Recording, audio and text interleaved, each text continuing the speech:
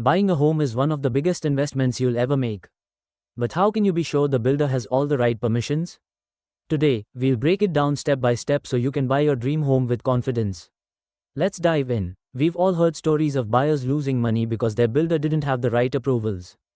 To avoid such nightmares, here are the key steps to check if a builder is fully authorized. First, always check if the builder has the necessary approvals from local authorities.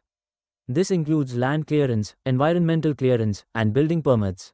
Ask for key documents like title deed. This proves who owns the land.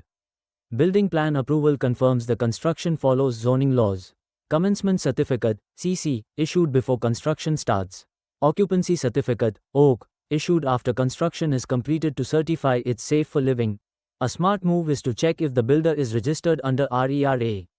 Simply visit your state's RERA website, enter the builder or project name, and verify their compliance status. Banks do extensive checks before approving home loans for projects. If reputed banks are financing a project, it's a good sign that it's legally approved.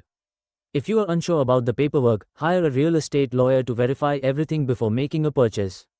Lastly, for extra peace of mind, visit the municipal office to confirm approvals directly from government records. By following these steps, you can ensure you are investing in a safe and legally approved home. Don't let fraud or poor oversight cost you your hard-earned money. What do you think? Should there be stricter government monitoring of builders? Let us know in the comments.